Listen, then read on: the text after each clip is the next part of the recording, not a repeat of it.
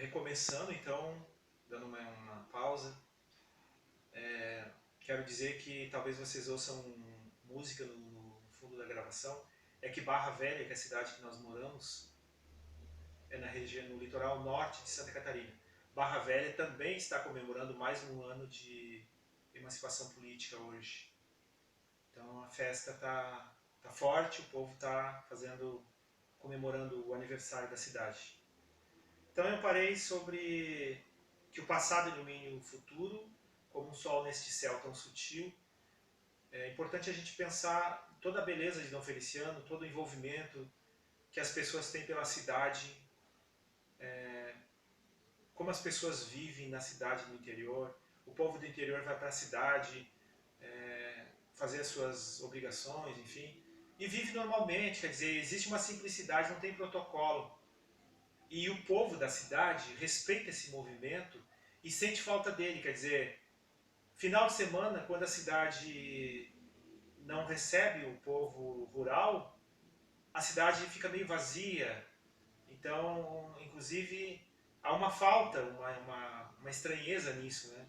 Aí segunda-feira começa todo aquele movimento novamente, e é assim que o povo vive, com simplicidade, com tranquilidade, tanto o povo que vai na cidade como o povo da cidade quando chega no interior. Isso é muito lindo, é sutileza, quer dizer, viver assim, a vida se torna muito mais sutil, e isso a gente consegue encontrar nas cidades pequenas, né? Nesse ponto não é só Dom Feliciano, mas Dom Feliciano tem 80% de população na zona rural e 20% na cidade. Pelo menos é um dado de alguns anos atrás, mas era isso. Então quer dizer que existe muita gente morando no interior que vai para a cidade e quando vai fazer compra, atender suas funções, suas obrigações, a cidade fica bem alterada, fica movimentada. E aquele povo da cidade se movimenta respeitando esse movimento que é de fora. E isso tudo acontece com harmonia, com tranquilidade. Então, isso é uma sutileza da vida, quer dizer, é algo importante, há uma troca de conhecimentos, inclusive, em tudo isso. Então, que o passado ilumine o futuro como um sol neste céu tão sutil.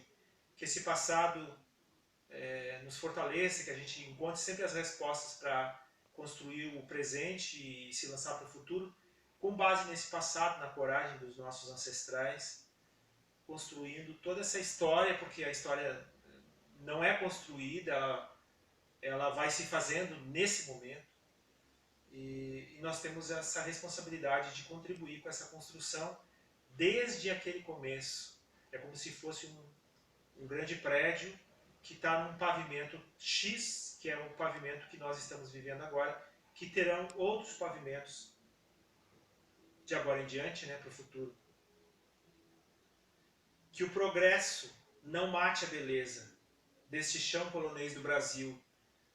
É o que a gente falou lá no começo, que o progresso, a gente fica discutindo o progresso, nós queremos asfalto e não sei o que mais.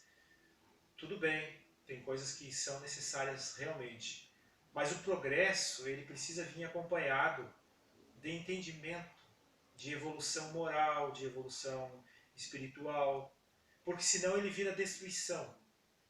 Então, quando um povo luta pelo progresso sem esses valores morais, eu não estou dizendo que o Feliciano faz isso, eu estou dizendo que nós precisamos tomar cuidado, nós, novas gerações, para que a gente não faça isso no futuro, né? E nem permita que novas gerações venham fazer, destruir a beleza desse chão polonês do Brasil, quer dizer, que venha o progresso, mas que venha também o entendimento, o conhecimento, que venha a responsabilidade de manter a beleza desse chão, as montanhas, as matas, as águas, o rio, o arroio Forqueta, né? Quer dizer, que ele seja preservado, o arroio do Sutil e todos os arroios, né, que a gente chama de arroio, que todo o manancial de riqueza natural desse chão polonês, seja preservado, mesmo com todo o progresso, que venha o progresso também, mas que a gente tenha essa consciência, né, de respeitar tudo que é natural e construir aonde é possível construir sem destruir nada. Esse chão polonês do Brasil, porque quando eu falei disso, quando eu citei essa frase, é que Dom Feliciano é muito polonês. Inclusive a arquitetura, as primeiras casas, ainda algumas estão aí, a Casa de Cultura mostra isso. Então tem um ar de Polônia, embora eu não conheça a Polônia, mas já pesquisei, inclusive quando eu estava fazendo esse trabalho, eu fiz uma pesquisa muito profunda sobre toda a história, né?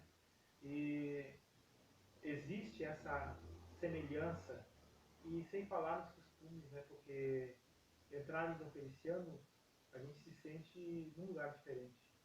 Quem não conhece fica até meio inseguro como saber, como conversar com as pessoas, porque não é só o idioma polonês que é falado, existe um sotaque polonês que faz com que as pessoas falem português com aquele sotaque bem puxado mesmo. Então exige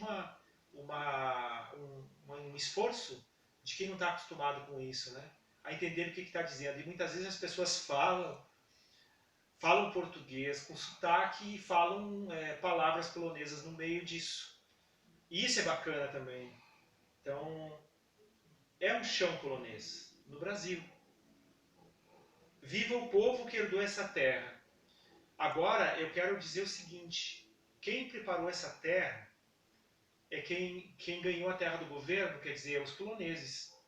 Mas no meio disso, haviam povos, por exemplo, os povos afro, que estavam aí em algumas partes desse território. E continuam, os descendentes de afro-brasileiro estão aí. E alguns são descendentes de escravos, inclusive. Esse povo ele é tão nobre nessa construção quanto o povo polonês. Porque os outros povos não poloneses, eles só não puderam fazer mais porque eles não tiveram acesso à terra. Quer dizer, o povo afro, os descendentes, eles não foram assentados. Eles ficaram sem terra, perdidos no meio dessa distribuição da terra que era feita pelo governo brasileiro, as colônias, né, para os imigrantes. Isso foi uma grande injustiça em todo o Brasil, em toda a América, né? Mas no Brasil muito mais. E a gente sofre essas consequências até hoje. Então, viva o povo que herdou essa terra. Vamos torcer que essa terra produtiva, essa terra fértil, esteja acessível também a esses outros povos que não são poloneses, não são descendentes de poloneses. É outra coisa que nós precisamos olhar. E que cada pessoa, preta, branca, amarela, vermelha, que todas se sintam filhas de Dom Feliciano, que todos se sintam parte dessa terra e parte dessa construção, porque como eu disse antes, só não puderam construir mais porque não tiveram acesso, mas ainda construíram de outras maneiras, trabalhando como agregados, como empregados, como peões, trabalhadores do cultivo do fumo, como peões mesmo. Então, é isso que a gente tem que ter consciência. Então, viva o povo que herdou essa terra. Viva a mãe que abençoa esse chão. Que mãe é essa? A gente pode, católicos, né? Nós podemos dizer que é Nossa Senhora de Częstochowa, mas não é só ela, não.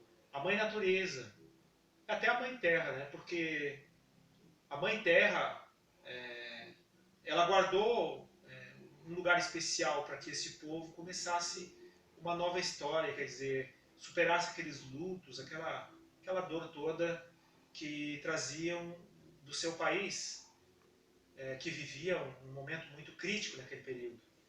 Então a Mãe Natureza, a Mãe Terra, preparou esse lugar. O governo